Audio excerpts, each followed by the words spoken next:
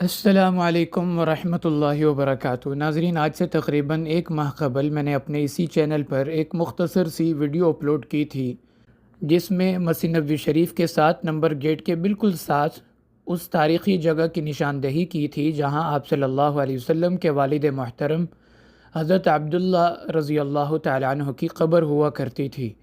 تقریباً 70,000 لوگوں نے ہماری اس ویڈیو کو دیکھا، لیکن چونکہ اکثر لوگوں کے لیے یہ بالکل نئی بات تھی، اس سے پہلے انہوں نے یہ واقعہ کبھی سنا بھی نہیں تھا اور نہ ہی اس کے بارے میں کہیں تذکرہ انہوں نے پڑھا تھا، اس لیے لوگوں کو کافی تعجب اور حیرانگی ہوئی، اور کچھ نے تو یہ بھی لکھا کہ یہ بالکل غلط اور بے بنیاد خبر ہے۔ آج میں آپ کو نوائے وقت اخبار کی خبر بھی دکھاتا ہوں جہاں اس واقعے کو رپورٹ کیا گیا ہے۔ یہ واقعہ 20 جنوری 1978 میں پیش آیا، لیکن یہ جو اخبار آپ دیکھ رہے ہیں یہ اس کے 2 دن بعد کی ہے، یعنی 22 جنوری 1978۔ تو اس اخبار میں واضح طور پر یہ خبر شائع کی گئی کہ آپ صلی اللہ علیہ وسلم کے والد ماجد اور آپ کے پہلو میں جو چند صحابہ اکرام کی قبریں تھیں ان سب کو وہاں سے جنت البقیع منتقل کر دیا گیا۔ لیکن اس کے ساتھ ساتھ میں آپ کو اس عظیم اور خوش قسمت شخصیت کی زبانی یہ پورا واقعہ سنانے والا ہوں جن کے والد رحمۃ اللہ علیہ بنفس نفیس خود اس عمل میں شریک تھے۔ یہ بزرگ جن کی آپ تصویر دیکھ رہے ہیں یہ پیر محمد شاہ صاحب دامت برکاتہم العالیہ ہیں، جو خانقاہ فضلیہ مسکین پور شریف کے سجادہ نشین ہیں۔ آپ یوں سمجھ لیں کہ یہ ولی ابن ولی ہیں۔ ان کے والد حضرت پیر کلیم اللہ شاہ صاحب رحمۃ اللہ علیہ ان سعادت مند لوگوں میں سے تھے جنہوں نے آپ صلی اللہ علیہ وسلم کے والد محترم اور ان کے پہلو میں موجود 3 صحابہ اکرام کی قبر کشائی کر کے ان کو یہاں سے جنت البقیع منتقل کیا تھا۔ ویسے تو حضرت پیر محمد شاہ صاحب دامت برکاتہم العالیہ ان کو پاکستان کا بچہ بچہ جانتا ہوگا، لیکن جو نہیں جانتے ان کے سامنے میں تھوڑا سا تعارف عرض کر دوں کہ یہ مدینہ یونیورسٹی کے فاضل ہیں، اور اللہ تعالیٰ نے علم شریعت اور علم طریقت میں اس خاندان کو بہت نوازا ہے۔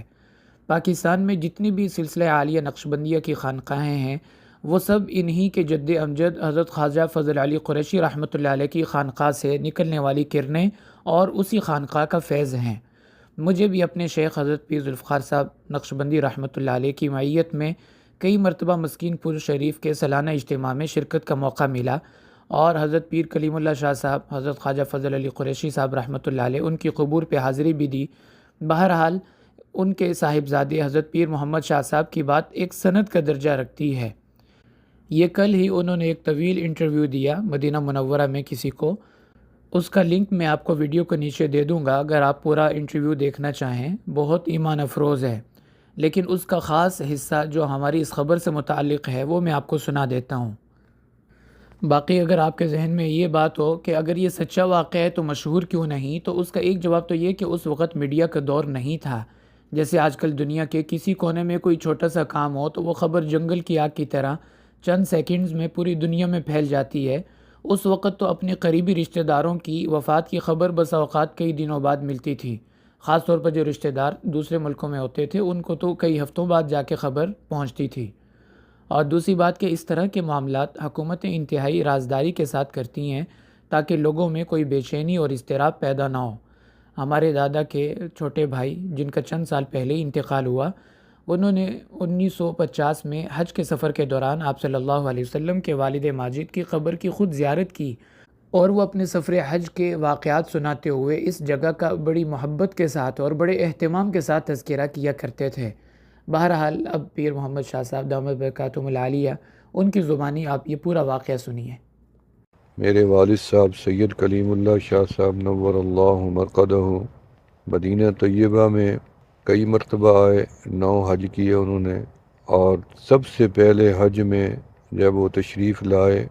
تو ان کے شیخ تھے، میرے بھی شیخ تھے، شیخ العرب والعجم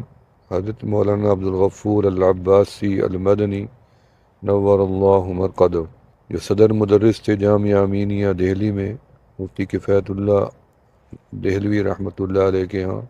پھر وہاں سے مسکین پور میں آئے، وہاں تربیت پائی، اور ہمارے حضرت خواجہ فضل علی قریشی رحمۃ اللہ علیہ سے خلافت پائی، مدینہ منورہ مہاجر ہو کے آ گئے۔ تو میرے والد صاحب رحمۃ اللہ علیہ جب یہاں تشریف لائے تو بجائے حرم شریف آنے کے سیدھے اپنے مرشد کے گھر گئے، اب ہمارے مرشد کا جو گھر تھا وہ باب فہد سے باہر تھا، جہاں اب باب فہد ہے۔ تو حضرت نے پوچھا کہ آپ میرے والد صاحب سے کہ حاضری دی ہے؟ تو میرے والد صاحب نے فرمایا نہیں دی، آپ اجازت دیں گے تو پھر جاؤں گا۔ یہ مرشد کی اتباع تھی۔ تو حضرت مرشد نے، حضرت مدنی نے فرمایا کہ مت جانا میرے والد صاحب سے۔ تو میرے والد صاحب فرماتے ہیں جب لفظ آیا مت جانے کا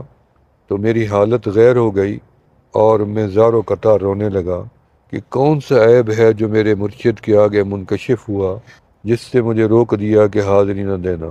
تو میں باب عمر میں جا کے بیٹھ گیا اور 3 دن تک کھانا پینا چھوڑ دیا۔ ہر گناہ بچپن سے لے کے اس دن تک میں نے یاد کیا، الگ الگ ایک ایک گناہ کی میں نے توبہ کی، قرآن پڑھا، نفل پڑھے، اور میرے مرشد آئیں مجھے دیکھیں روتا ہوا چلے جائیں، میرے سے بات نہیں کرتے تھے، مجھے اور دکھ بڑھ جاتا۔ اتنے میں تیسری رات حضرت مدنی کا گزر ہوا تو والد صاحب کو فرمایا آؤ میرے پیچھے پیچھے، تو معاذ شریف میں لے گئے، آگے آگے شیخ مدنی رحمۃ اللہ علیہ، پیچھے والد صاحب نے وہاں پہ سلام پیش کیا۔ جب واپس آئے تو شیوخ حرم کھڑے تھے، انہوں نے اس قافلے کو روکا۔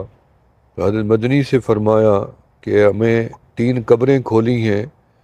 ان قبروں سے کچھ اجسام ہیں، ان کو بقیع منتقل کرنا ہے،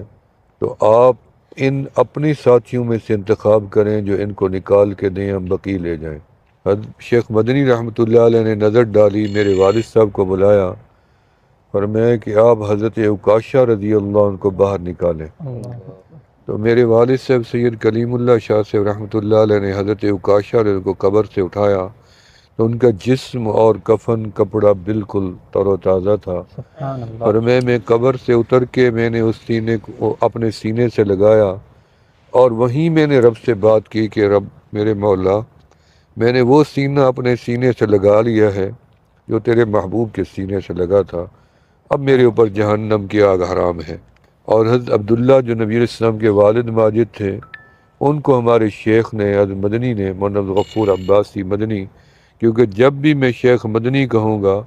تو آپ اس سے سمجھ جائیں گے کہ اس سے مراد ہمارے شیخ مولانا غفور عباسی مدنی ہیں، وگرنہ ایک مغالطہ بیچ میں آ جاتا ہے کہ شیخ الاسلام حضرت مولانا حسین احمد مدنی رحمۃ اللہ علیہ، ان کو بھی حضرت شیخ مدنی کا یہ شیخ العرب والعجم کا خطاب اللہ نے ان کو پہلے سے عطا کیا ہوا تھا۔ تو بہرحال میرے والد صاحب کئی مرتبہ اپنا سینہ میرے سینے سے اس لیے لگاتے تھے کہ یہ سینہ میں نے نبی علیہ السلام کے ایک صحابی کے سینے سے لگایا ہوا ہے، تو یہ نسبت تھی۔ تو ان کی خواہش تھی کہ وہ کسی طرح مجھے کچھ وہاں تعلیم دلوا کے مدینہ بھیج دیں اور میں مدینے میں رہوں اور یہاں تعلیم پاؤں۔ تو میں نے پاکستان میں کچھ عربی کی کتابیں پڑھی، اس وقت یہ وفاق کا زمانہ نہیں تھا، اور ہمارا ادارہ جامعہ علوم الاسلامیہ بنوری ٹاؤن کے ماتحت چلتا تھا۔ اب وقت نہیں ہے، نہیں تو میں حضرت شیخ بنوری رحمۃ اللہ علیہ کے بھی بارے میں بتاتا کہ ان کا ادارہ بھی قائم کرانے میں میرے شیخ مولانا عبدالغفور عباسی مدنی کا، کیونکہ نبی علیہ السلام سے استخارہ ایک اجازت مانگنے والے میرے شیخ تھے، جس کے بعد بنوری ٹاؤن کی مسجد کی پہلی اینٹ بھی میرے شیخ نے مدنی رحمۃ اللہ علیہ نے کراچی میں جا کے لگائی۔ حضرت بنوری رحمۃ اللہ علیہ نے مسکین پور کا نظام سنبھالا تو وہاں کا اور یہاں کا ایک ہی نصاب چلتا تھا۔ تو میں نے وہاں کچھ کتابیں پڑھی، موقوف علیہ تک، مشکوٰۃ شریف، جلالین شریف کو پڑھنے کے بعد تو میرے والد صاحب رحمۃ اللہ علیہ 1975 میں مجھے لے آئے، جس میں نے پہلا حج کیا۔ 1975 میں اب 51 سال ہو گئے مدینہ پاک کی نسبت اللہ نے جو ہمیں عطا کی ہے، پورے 51 سال۔